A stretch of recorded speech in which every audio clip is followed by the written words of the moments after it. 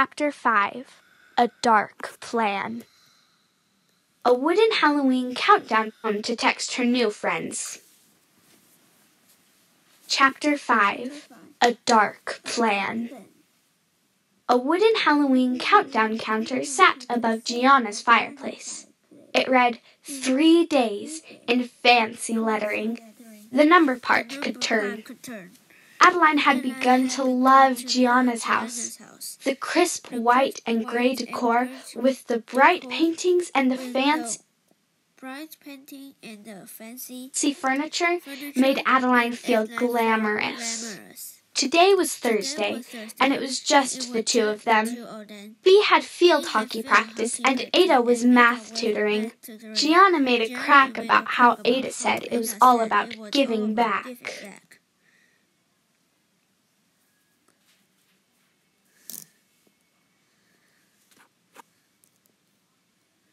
Adeline thought that Ada and Emily would probably really like each other.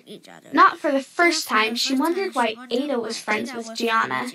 But sitting in Gianna's living room, eating her dad's amazing cooking, and feeling special, well, Adeline could understand. So, get this, I found an actual ritual on the internet. We just need a few of these things. Gianna passed the phone to Adeline, who took it and read the site. A white candle for each person, a red string, a black candle for the person in the middle of the circle, salt, a dark moon, a special chant. Adeline read the chant. It was creepy. It even asked them to offer up their souls. She shivered. Like Ada, she didn't think she believed in this stuff, but this was intense. Gianna saw her shiver. I know, right? She said, laughing. I really think Daisy might pee her pants. Before she could stop herself, Adeline asked, why do you like scaring Daisy so much? Gianna stopped laughing. Adeline braced for some cutting remark. But instead, Gianna paused. I don't know, she said finally. I think because it bothers me that she lets everything scare her. Like, stand up for yourself, girl. She munched on a chip, appearing to be thoughtful for a moment. Then she shrugged. Plus, it's fun. She grinned again.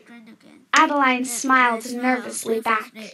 Maybe we could just tell her about this idea, but not actually do it, Adeline said. Where's the fun in that? Gianna asked. She sat up, all business. Okay, here's the plan. We'll all sneak out Saturday and meet at the cemetery at midnight. I'll bring the supplies. We'll tell Daisy that we're going to do a chant to keep us all safe and protected through the year. That's the only way we'll get her there. Then we'll start the ritual, and I'll do the chant. She'll never see it coming. I'll tell Ada and Bea too.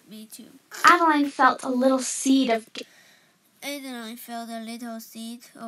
guilt again. Daisy was so sweet. She didn't want to scare her. She wasn't sure about this plan, but she didn't want Gianna to think she was weak too. She bit into a pastry to stop herself from saying anything.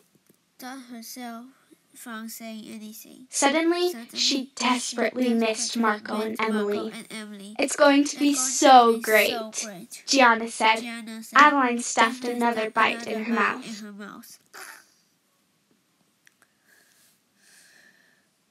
Later that night, Adeline looked at her phone. The small seed of guilt had fully sprouted. She thought about texting Daisy the plan. Instead, she texted Marco and Emily. Hey, what's up? She wrote.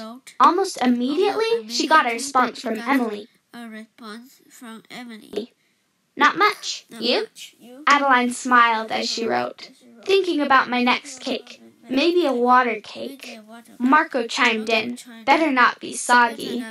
Adeline laughed alone in her room. Nah, promise. There was a lull, and then Emily wrote, "What are you doing for Halloween?" Adeline thought for a moment. She could lie, but something in her didn't want to. Hanging out with Gianna and crew, going to cemetery at 12. She added a ghost emoji. No one wrote anything for a moment. Then, for some reason, Adeline felt the need to add, "We're sneaking out to meet there. Gianna has a plan to scare Daisy." Emily wrote almost right away, "Come hang out with us. Bake a cake." Now it was Adeline's turn to pause. When she wrote, she said, "I told them I'd come." Then she remembered blowing off Marco and Emily the week earlier to hang out with Gianna. She was sure they would remind her of that. Adeline hit her head against the phone. But Marco's response was just, "If you change your mind, we're here." Emily added, "Always." Adeline felt tears come to her eyes. She texted back a heart emoji. Then she put the phone down and cried herself to sleep.